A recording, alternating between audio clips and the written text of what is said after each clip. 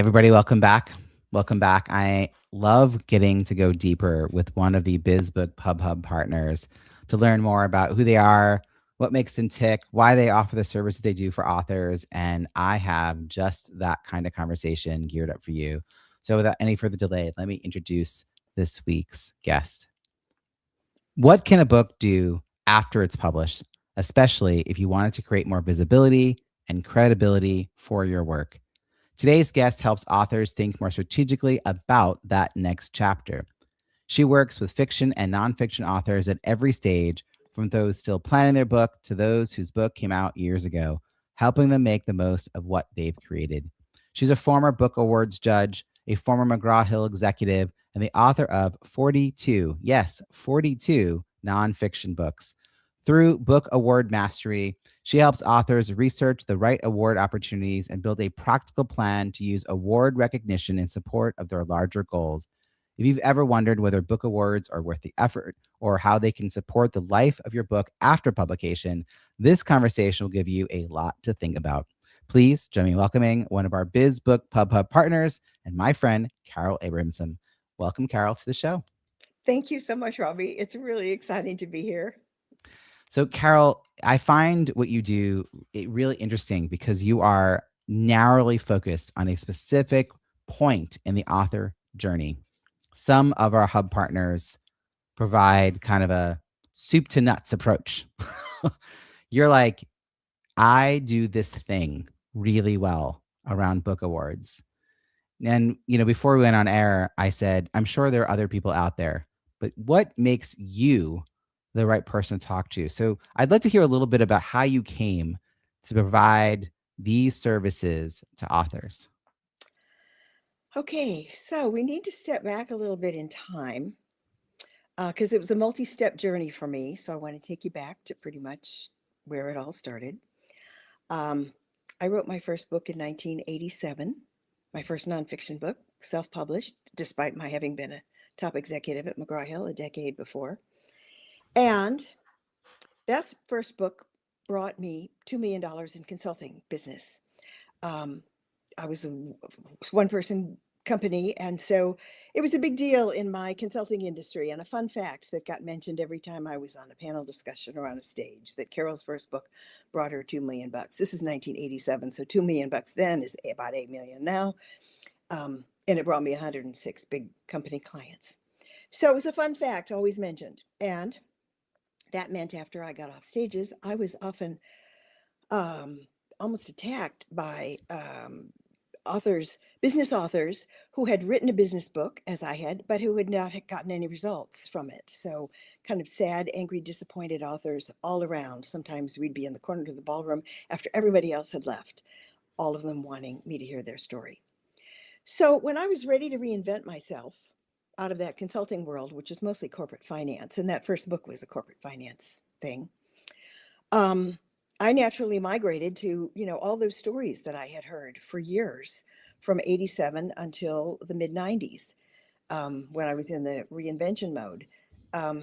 And so migrated immediately because I could see the problem that these folks had, the thing that was missing from their book team, which is why their business and their book never got tied together so that the book would do anything interesting to benefit the business. So I started executiveauthors.com, which kind of defined the space at the time of business building authors, people using books as business cards, for instance. That wasn't efficiently named until Executive Authors came along. And of course, I was the person to help them with that bridge. And as part of that work, I was a book coach. And many of my clients were interested in book awards. Well, I didn't know anything about book awards at that point, but I certainly started responding to their interest and learning my way around the book awards world at the time, which of course was much smaller than the world is now. So that was over 20 years ago that I began began my database of book award opportunities that are quality, legitimate awards. And when I started, keeping my ear to the ground about the unreliable awards or the illegitimate awards, call them what you will, unsuitable awards, listening for stories, listening for evidence that would help me just manage the whole process as a book coach, helping my early book coach clients with book awards research and submissions help. At the time, as now, it was indeed the whole industry's deliverables. Two pieces. It's the awards research to find the right awards to go for and the wrong ones to stay away from, and submissions help.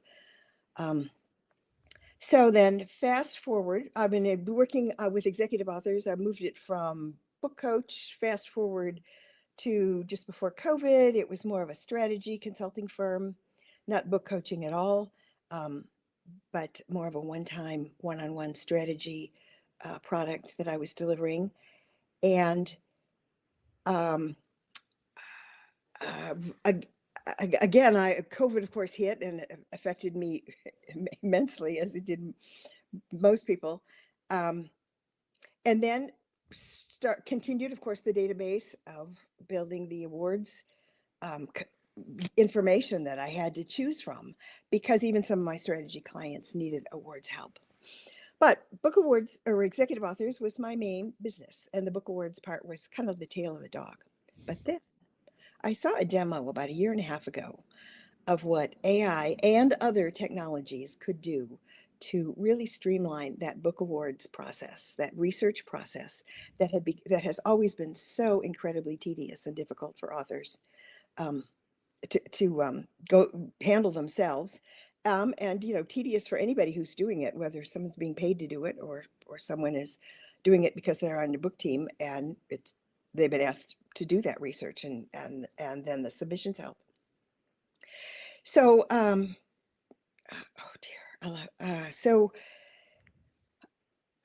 from there, after that demo, I decided to really put executiveauthors.com on pause and go full bore, full time toward book awards.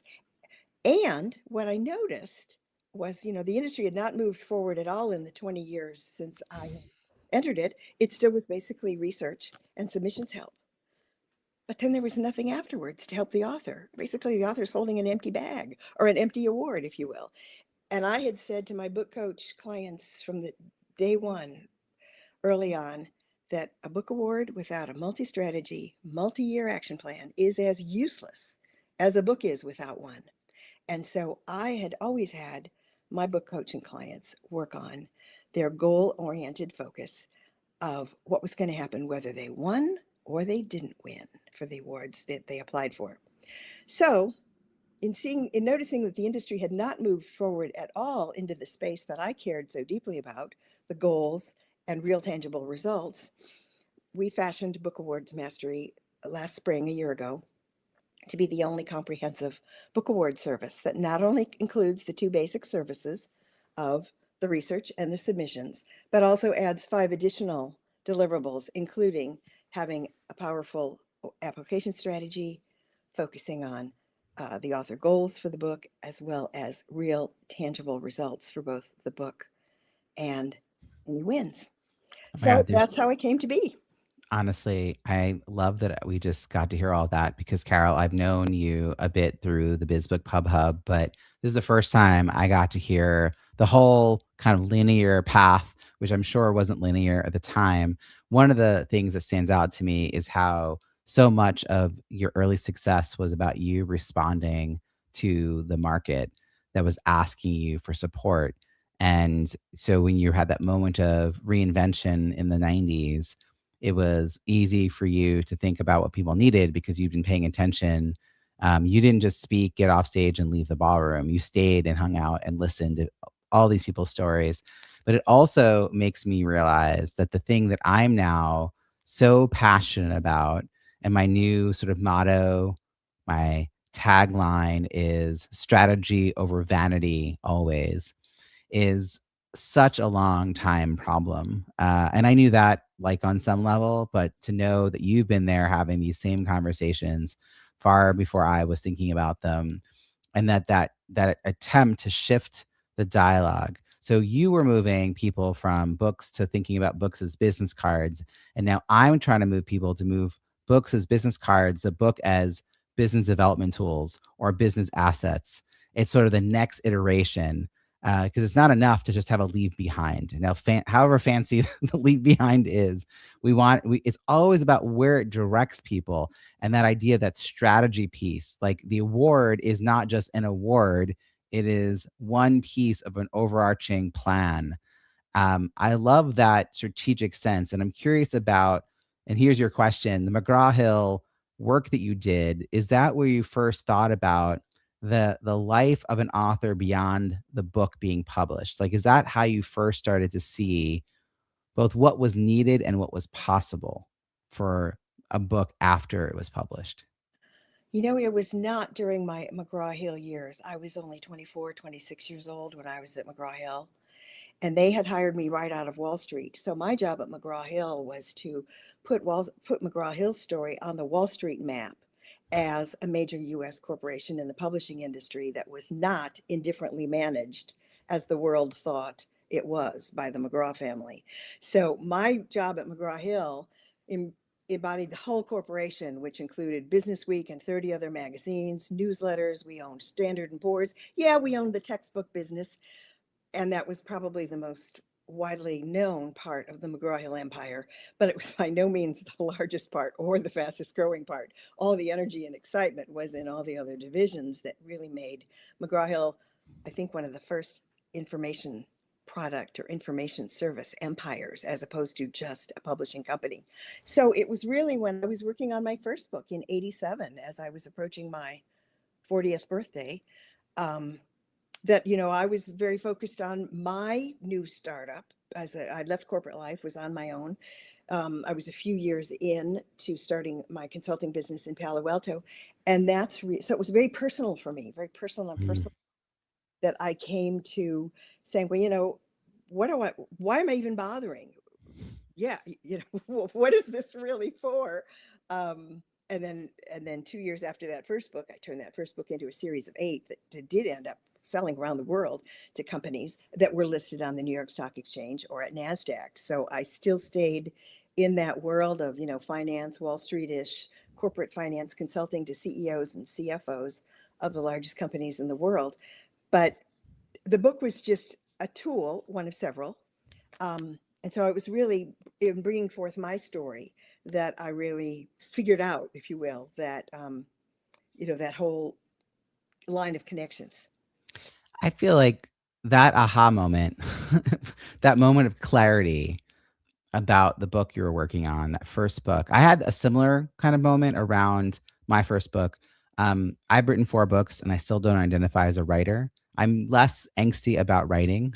I can write more comfortably now, but writing that first book was difficult. My prior writing was academic writing, like master's level writing. I never loved any of it. And so it was a lot of fits and starts to get that book going until I realized that I could write it in my own voice and that was legitimate. And I wrote what I ended up realizing was a decent, useful book. And I was getting ready to hand it to my editor and then it would be published. And I was self-publishing. So that was it. And I realized that I wanted people to read it.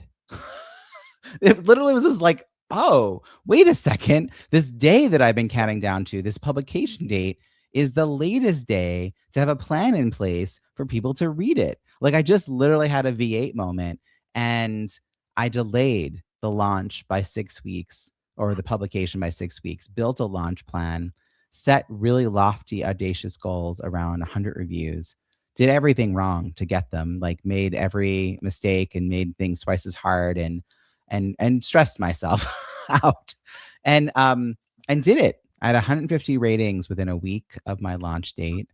Wow. It happened, and I didn't have a solid plan for what came from the book, other than I was trying to use it as a speaking, like, I was part of a professional speaking association, NSA, National Speakers Association, and everybody had to have a book, need a book. But no one talked about what to do with the book. And I started to realize, like, having a book and knowing, you know what I mean? Like, what do you do with it? So I did start to recognize that. And I said, I never planned to write another book, but I thought if I ever do, it better have a plan in place. So book 2 and book 3 had stronger plans. And with this latest book, like the magic happen and the product market fit happen and everything is lined up, and it's so cool. It's so great, when that happens. I don't have $8 million worth of business coming my way. Good for you. But I see so many people rushing to publish a product and not really realizing the value of the thing they've created, not seeing the asset, not seeing the way it can start conversations or resurrect a network or attract the right people or whatever it is they're trying to do. And even in the awards space, that's for some a vanity metric.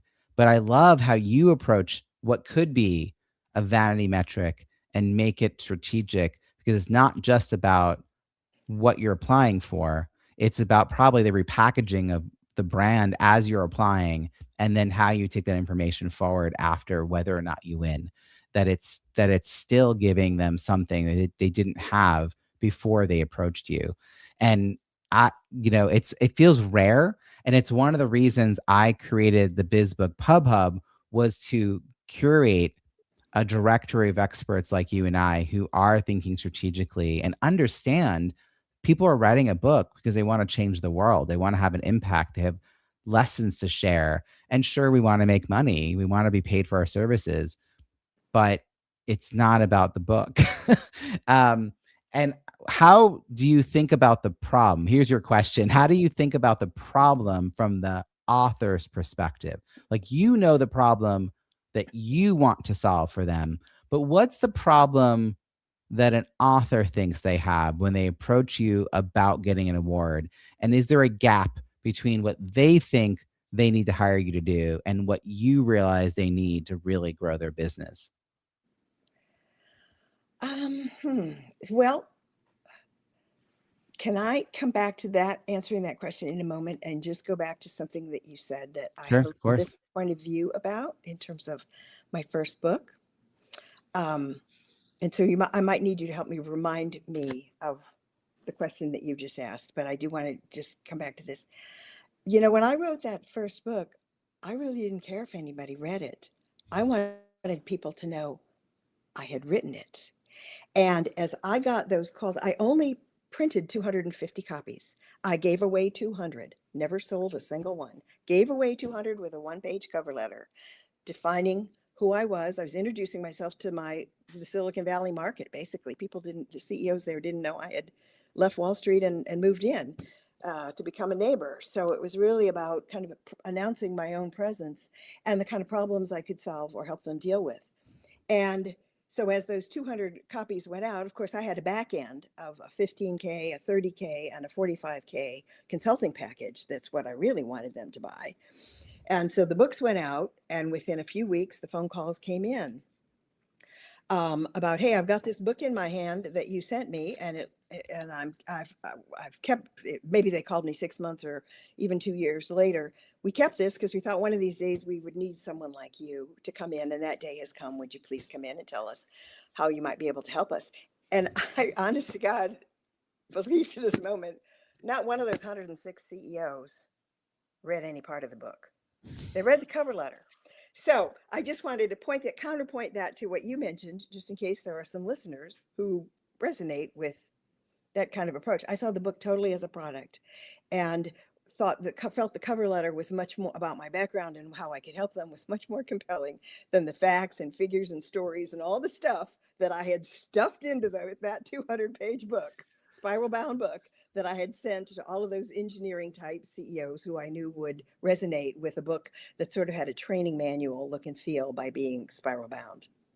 It's almost like you had a really good CV, like, right? You had a good resume, and then the book bolstered and made you stand out. Yes. And they didn't have to read it. And they didn't have to read it. To get blasted Yeah. with that impression. Yes, that's right. I've seen people get pizzas and cakes and cookies with their resume printed on them into major, tech companies to stand out. So, cool. The point here is that you wanted it to open doors for you. and you were strategic about that. What you didn't do is publish the book and wait for people to come knocking. Yeah, that's I think the big distinction is the people who think I'll build it and they will come. It doesn't work that way. The hustle was there, and it was strategic hustle. Like, you knew which 200 people you were going to send this to. You wrote a really good letter, and you knew that it was going to be over a period of time. It wasn't all going to come in at once. So the question I asked you earlier was about your current day services around awards, and the problem authors have, which we've been talking about, which is the you know bigger picture strategy. But what is the problem your prospects and clients think they have in regards to their book and why they might want an award? And is there a gap that you're aware of between what they're thinking they need and what you're thinking they need? I think there is a gap, yes. I think since the awards world really has worked for so long in parallel with the bestseller world, that whole concept of recognition, which applies to both, of course. And I think I've been saying that book awards are like salt and pepper with bestseller status. They are both very different measures of a book's success. They are both great on their own, they are terrific in combination for an author to go after both. But they have so much in common that they, really need to talk or address that point, because I think that's what dominates our authors' mindset before they really kind of climb into our head and start seeing our interpretation. And so as part of that, we have a branding, and we won't take people's money until they've been through our 1-hour masterclass that really explains our brand. Our lead sentence on the website at bookawardmastery.com is book awards change authors' lives. And we talk about how we see authors' lives changing, and we'd love to do that for you. Is kind of where the homepage headline leaves you. So we are all about expanding authors' confidence, self-confidence, fueling their dreams. We really feel like we are a dream machine for authors, for whatever it is they want their book to bring into their world, their life, their legacy, their whatever. That we fuel the dream by showing them the path and the mindset of being a winner, and then showing them how to become a winner, and then showing them how to make the most, whether they become a winner their first round, or whether they have to go back for a second or third round to get there, or make the most of early wins early in their career. So we are, from the minute that webinar starts, and all of our effort is to get people into that free 1-hour webinar that this summer we're going to be putting on the public YouTube a public YouTube channel that we're opening up, so that it's available to anybody, not just folks who come across our JV partners or come across us along the way.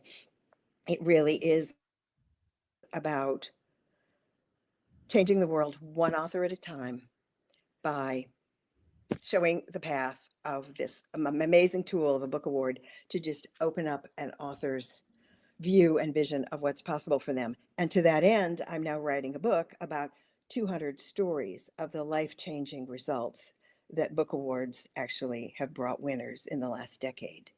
So to show in with real people, real stories, how that has played out for hundreds of authors who went for bigger brass rings when they thought of themselves as a winner. They go for the big TED Talk stage, instead of the smaller TEDx stages.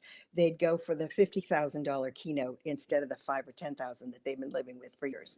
They go and get more training to be a TV commentator, or a TV commentator on certain kinds of news stories, get that training and put themselves out there for those kinds of roles. One of them even sold her business for several $1 million, and she attributes that to the mindset change she had when she was working on researching what book awards to apply for. So there's a huge gap there, and we work from day one on filling it, and really just kind of painting the dream that's possible. Yeah, you and I have sort of parallel stories here. I'm keen to hear about this back end of your business and the 1 hour masterclass you're talking about, because in some ways, getting an award is a checkbox, right? Like it's like, oh, what's next? Oh yeah, apply for award. And that's not your ideal person. Like this is why I think we all have jobs as experts to increase the awareness that our prospects have around the actual problem. And there's the what I call the little p problem, which is the problem they know they have and they're willing to admit. And then there's the big P problem, which is the problem we know they have, which requires a bigger solution. And if they're hunting for a band-aid and we're offering surgery, we are not talking to them and they don't want to hear from us. But if they start becoming curious about that bigger problem and wanting to solve for it, and now they can't stop thinking about it, like they can't turn that part of their brain off, and we become a trusted guide, suddenly there's this question about, well, what is the cost of inaction? Like, well, what if I don't do all those things? And I feel like we're both trying to educate people against, I would say, a lot of noise Mm. just in the world about what authors are supposed to be doing. And this is one of the reasons I love to bring together an author community with all the experts from the hub, because authors talk to each other, and that is a very validating experience among peers about what's worked and what hasn't, and what's possible and what's aimed for and who to trust. And then they get to ask direct questions to the hub partners about our expertise. And I feel like that is how we're trying to change the conversation about something that could be a checklist. And now suddenly it's a life changing experience that is really part of an overall strategy and a branding and a mindset shift. And it's like all sort of anchored on the idea of what is the value of the work you have, and let's get that value recognized. And it's just like it's such a different approach. I love that you're educating people. You mentioned and here's your question. You mentioned having these JV partners and having a master class. And so is the usual thing that someone like me as a JV partner would share your master class 1 hour event? And is that live? Is it pre-recorded? And then that is a sales pitch. What's the call to action at the end of that? Like, tell me a little bit about how you're attracting the right kind of people and then helping them learn more about what's possible and what to expect from working with you.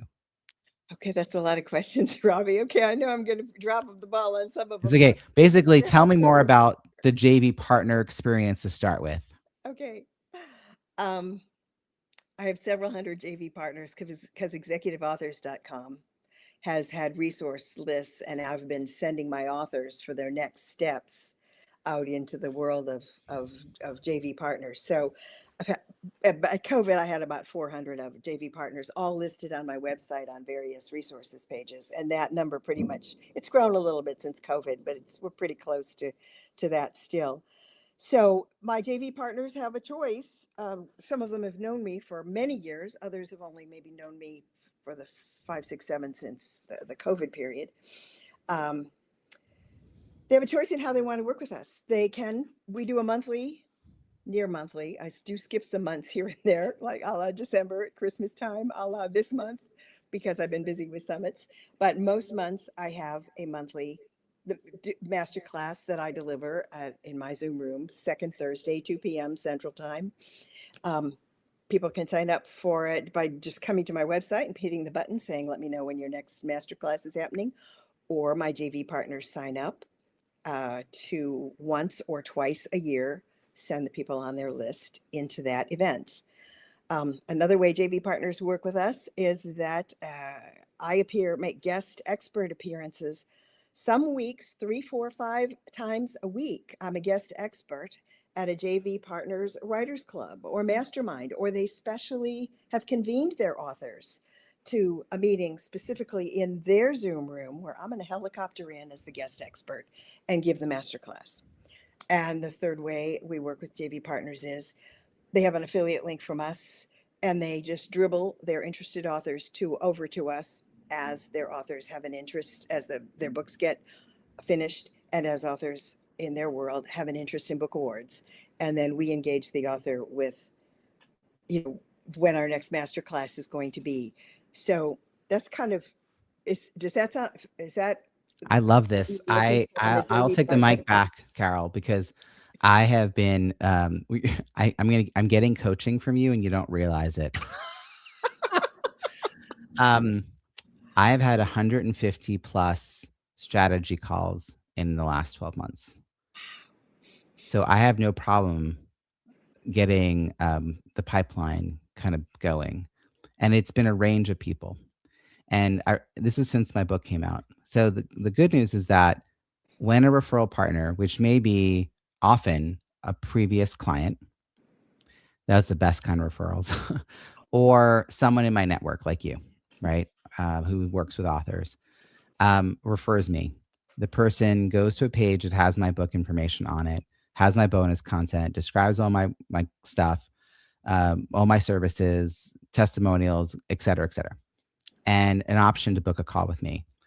And they don't all, I mean, in the intake form, I say to make the best use of your time, reading my book will help you do that. And we'll get to dive into your unique situation and all that stuff. And I actually have a question where I ask them to pick one of the options. Oh, you have a book, I'll pick it up. Oh, I have your book, I've read it. Or, oh, that's great, I'll wing it. Because I'm like, I want to know. Now, the ones who've read a little bit, even a little bit, or talked to someone in detail, come in really ready to go. And it's such a great conversation. And I've been thinking, how do I scale this? Because I don't want to educate on the call because it's not a good use of time. But they don't all want to read a book. And I'm like, would a 4-minute video on the page be enough? But I like this idea of just have a regular cadence public training on a piece of content, which I have. I already have the content. I've done this training a zillion times, but they're not always public. Almost never are they public. Oh my gosh. And you're singing my song around I don't use often the word JV partner, joint venture partner. It's just not in my vocabulary, but I have a lot of relationships and I have a lot of people that are referral partners of different kinds. But the structure you have about sort of, this thing is always happening, push it out to your community.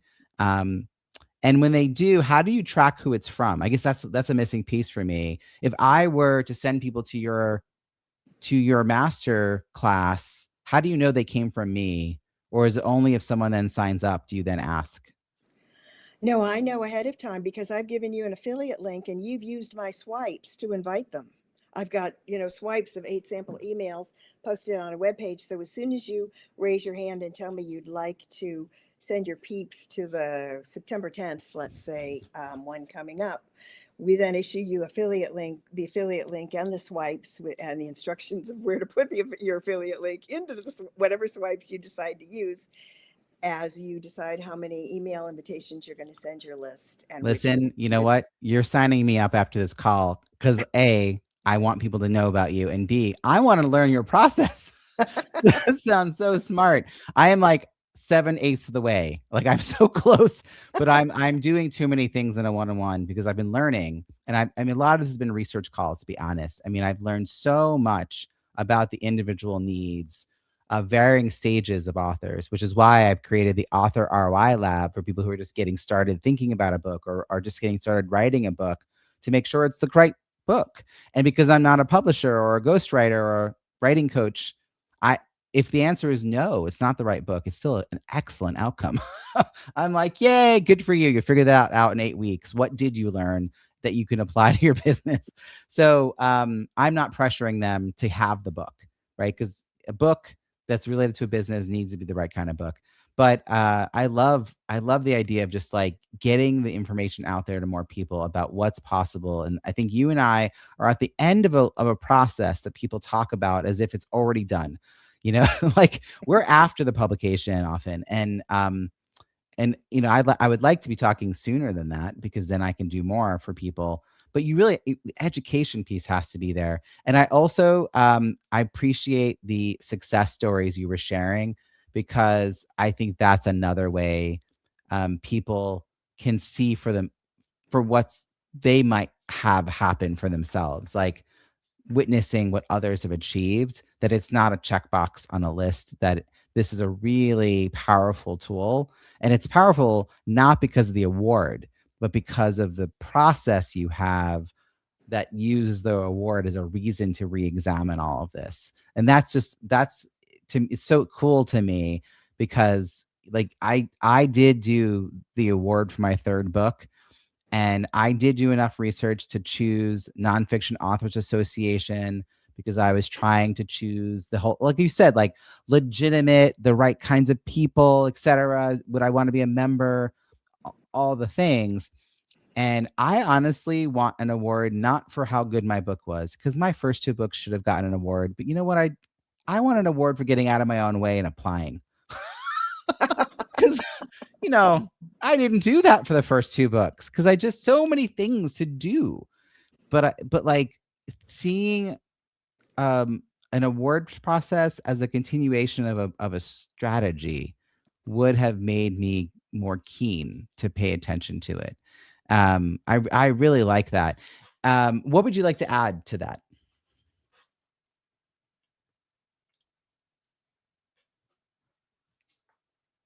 Carol, I may have just lost you, your audio there for a minute.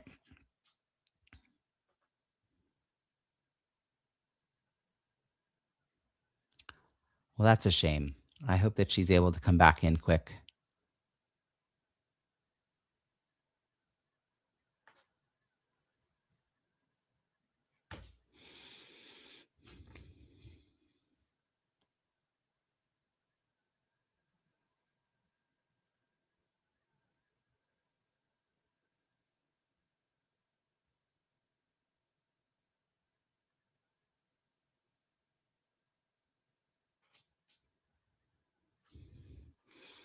All right, friends, let's see if we can get her to come back on.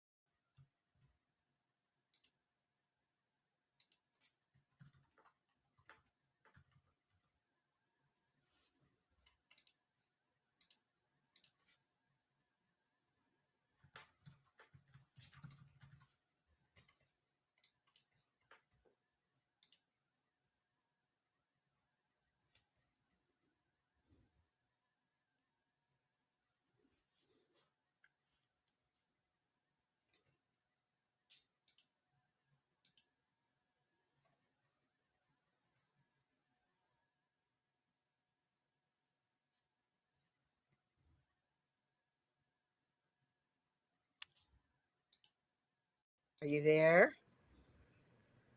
Are you alive there? I can't see. Hello.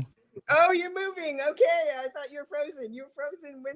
So you got my email message. Big lightning I strike here. I hear that. Whew. So, um, Take a breath. yes, I had. Okay, I made three notes to myself that I wanted to pick up on points you were saying. So I don't know if you remember where you were, but The last thing I said to you was, is there anything you'd like to add to that? okay. Yes, I do have. I two things I'd like to add, and then I'd like to answer your question of what's next after the master class that Yeah. left hanging, and to wrap that around to kind of Great. The camera celebrate is, it. where's the camera? Oh, thank you. Yes. Okay. Okay. So let me re-say that question. So, Carol, what would you like to add to that? Well, a couple points you made. Yeah, I want to comment about before we move forward about what's next after the masterclass happens. First of all, you mentioned your first two books, kind of like you had missed out. Well, our database of book awards has quality awards that have 12,000 winner slots collectively. 12,000. They are only giving 10,000 awards a year. So there's plenty of room. Once they get more quality submissions, they are ready to go with awarding more awards because they've got those category slots already established and they market them every year. So it's an integral part of the marketing machine. And 2,000 of those 10,000 that are given every year are pub date indifferent, so that a book 10, 20, or 30 years old has an equal chance of winning as last year's book does, as long as the content hasn't gone out of date. And of course, with nonfiction, content does go out of date much quicker and much more often than it does in the fiction world. But for a lot of nonfiction books that are best practices, that have stood the test of time, or that are stories that need to be continue to be pushed out there because they're really important ways to get a message out to the world. So you have an opportunity that I would definitely encourage you to think about for those first two books. And my fourth one, Oh, yes, yes, yes, yes. my Launch Your Book, An Entrepreneur's Guide to Reviews that Drive Revenue, which is the thing I'm talking about these days, came out just about a year ago as we're recording this.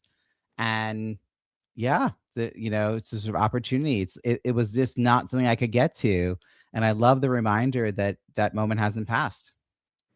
Absolutely. And we track the awards that are not being given each year to see what kind of patterns are being revealed and where there are special opportunities for more or larger than normal opportunities for authors to win. That's all part of our secret sauce when authors work with us, and we All right.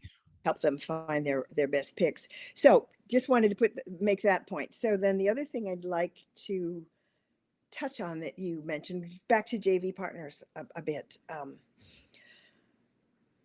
It is kind of an odd word, JV partner, because for some people it really mandates reciprocity. And in my JV partner world, I really don't have reciprocity to offer my partners.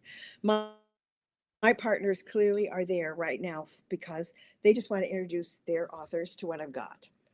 And so the reciprocity thing, yeah, I have a little room in my calendar to invite some to be guest expert on my programs, as I invited you for our workshop on launches, our Sell More Books workshop. So I have invitations to send to some of them, and I have events of theirs, a few a year, that I can promote. Not many places that my list doesn't allow me to do that very often, but it's possible. So, I just kind of want to round out that discussion on JV partners, that yes, there are lots of ways to reciprocate, or of course my JV partners are all listed on my executive authors website too, so they do get something there that I initiated first, because I made that first move years ago that then brought them into my world.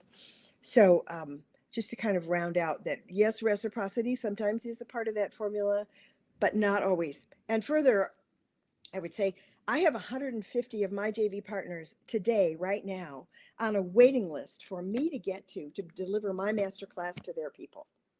So JV partners doesn't have to be just an instant yeah, let's get together. My date is such and such 5 weeks or 8 weeks from here. And here's the swipes, and let's go, let's dance together and do this.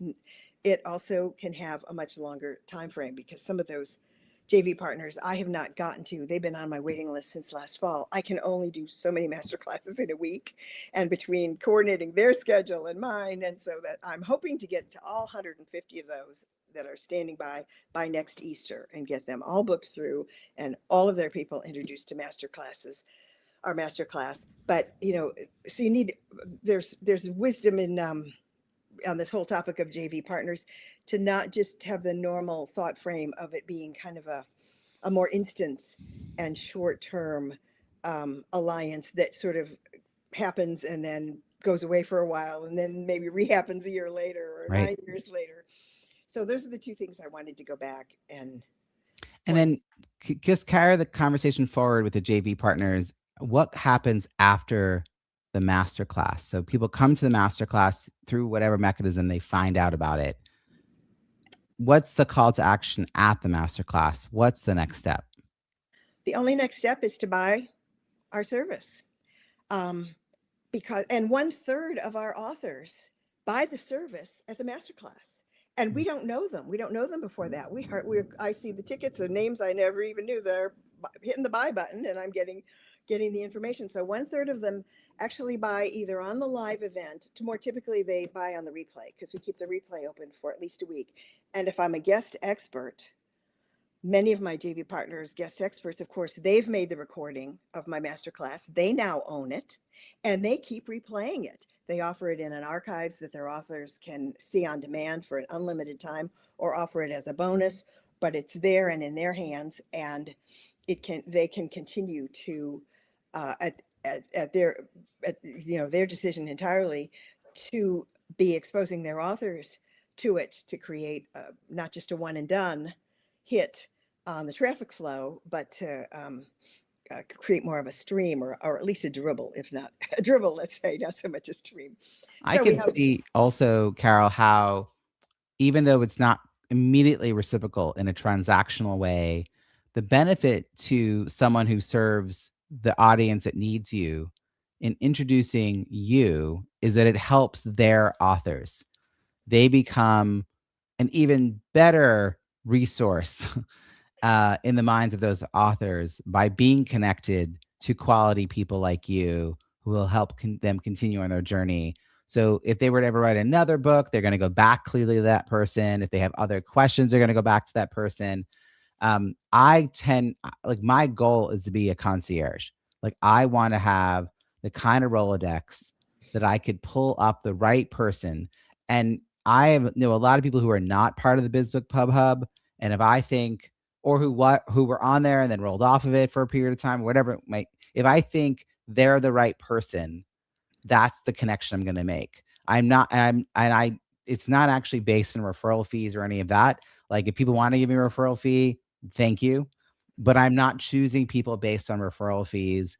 And I offer one, but similarly, I don't, the reason you should send people to me isn't because of a referral fee, because I'm the right person. And I love that high quality referral network, because we're all supporting each other and getting better outcomes for this group of people that have written books, their businesses. And that makes the author experience so much richer. It makes the referrals between us so much better. It makes the investment in our services make much more sense as a collective imagining, as opposed to individual offers that are sort of scattered in the wind. With that in mind, you joined the Biz Book Pub Hub, and nothing is new in the world. You had been creating a list, a connection, a community of providers that served authors for a very long time before I showed up and randomly was like, hey, I'm doing this thing. And I did a ton of research calls, and I couldn't find anybody to tell me that it existed. Because if I had found you on my third call, I may not have created what I did, because I didn't need to create it. I just wanted to be part of something very specifically geared towards entrepreneurial authors, because the Nonfiction Authors Association, it was wider than I had imagined. Nonfiction includes memoirs and cookbooks and travel guides It doesn't mean specifically books related to a business offering. And I wanted to have something more narrowly focused. And I'm really glad I did end up creating it. And I'm glad I also met you. But you said yes, and you've been an active participant in the community. And I'd love to hear any thoughts you have about what it means to be gathered on a regular basis, whether it's just us as experts gathering and having our meeting, or I also host the free virtual networking events where we bring in writers and authors to also connect with each other and us. The podcast, the curated directory. Like, I mean, I've been building this from scratch for a couple of years now. You have a lot of experience, just the idea of gathering this world. I welcome your thoughts to hear what you've been thinking about it. Well, so I would say I think it was so I'm an inveterate networker. I mean, I'm a people person. I'm a Leo. I love to be in the spotlight, which means I have the gift of gab and love to have people around me listening and sharing ideas. So that's just in my bones. So, and that's always been in my bones, no matter, even when I was a 16-year-old Girl Scout and ended up being the president of the Girl Scout troop. I mean, it's always been here. So, I've always, like had that fundamental belief in the value of the network. And especially in publishing, where the average author, I saw a statistic, I don't know, decades ago, the average author, whether they're traditionally published or not, has paid ends up paying 6 or 7 different kinds of experts within the first year or two of their book coming out, in terms of the creation process, the production process, distribution, as well as marketing. So that infers the importance of a referral network right there, in terms of, because that's what's required, absolutely mandated by the process. Yeah. In our time. It may be after AI has its way with us, that won't be so obvious in 5 years, but it's definitely comes with our time. So, in 2012, I started something called Executive Authors Resources, which is a website hub. I had 165 service providers who put up their profiles and were part of the core machine of at opening day. 165 different service providers in over 100 different segments of the publishing world. And authors could come and search for whoever they needed for their next step. So it was a little bit fancier than my resources pages at executiveauthors.com that I'd established a few years before, where it was just lists of links of resource providers. Now it actually took authors, and it was really a single dimensional thing. Authors would be able to come, look through the profiles, establish contact where they will. We took no money from authors. And the only money we took from the service providers is if they wanted to be at the top of the list on some author's search, instead of being within the alphabetical listing. If they wanted to be at the top as basically an advertiser, they got to pay us a little bit of money for that top positioning. Otherwise, they would be alpha listed anytime an author searched for someone in their expertise area. But I didn't have any of the other multifaceted dimensions that you've added. It was really just a one and done. Author, come here, shop, check out, find out who you want to check out, then chase them down yourself, ask for interview time, hit the contact pages, do whatever you want to make your decisions, and hire them, because we weren't taking fees. We weren't taking a cut of the deal at all. We were totally offering this as our industry leader positioning, a gift to the industry, that we would just subsidize. So you've had the vision to add all these other wonderful features to it, which has just been, which is terrific, and just been amazing. And I know you've worked very hard to do it, and probably don't get nearly the help that you would like, either from us or from just the world in general, help and support, because I know you've spent a lot of really important and valuable time and effort putting it together. But it's the fuel of this industry, is networks of trustworthy service providers, because the publishing industry would be nothing without that. So yeah, and left alone to make a decision about even just one service provider, forget 6 or 7, the likelihood of falling into a trap and making a bad financial decision about a book. I mean, I had someone who really wanted to hire me, but she met me after she had misspent some money as part of publishing her book. Mm. And so she didn't have the funds. And she read my book and she loved my process. And she read the book and she followed it. She got 74 written reviews. Wow. And then she got on a call to record um, a video testimonial. And she said, "Listen, I followed this process and it worked really well. And these are my results. And I'm going to tell you something. The next book, I'm going to start by hiring Robbie because that was a lot of work." It's my favorite ever testimonial. But if she hadn't made that other purchase, we would have gotten to work together. And I think that she probably would have gotten even better results and being able to spend her time as an author doing other things. And it's so hard because so many people overpromise, and there's a lot of just there's a lot out there that's just garbage.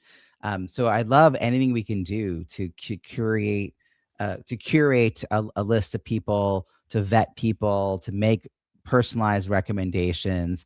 I love this idea of being kind of the industry leader. I mean, I hadn't thought of that positioning, but I'm trying to be a resource across the industry. Tina Dietz, give a shout out, also doing the same thing from a different angle. It's interesting how the three of us, because her company is about audiobooks, you're about awards, and I'm about launches. We are all at the end sort of arena of an author journey after the book exists. So it is interesting our perspective for the three of us of an industry and how we rise above all the different voices of publishing that are out there and all the editors and ghostwriters and other service providers that are needed just to get the book to be a living thing that we all can interact with. But then we're like, hi, there's so much more. You need audiobooks and awards and launching. All three of us are doing our part. So that's a pretty cool perspective I hadn't really thought about. As we wrap up here, I love everything we've talked about here. How can people find you and follow your work? Well, the website is bookawardmastery.com. My email address is Carol at carolabrahamson.com. That's easy to remember, certainly. And that gets directly to me. No VAs inserted in the process, and that email address will live for as long as I'm alive. I've had it since the 1990s.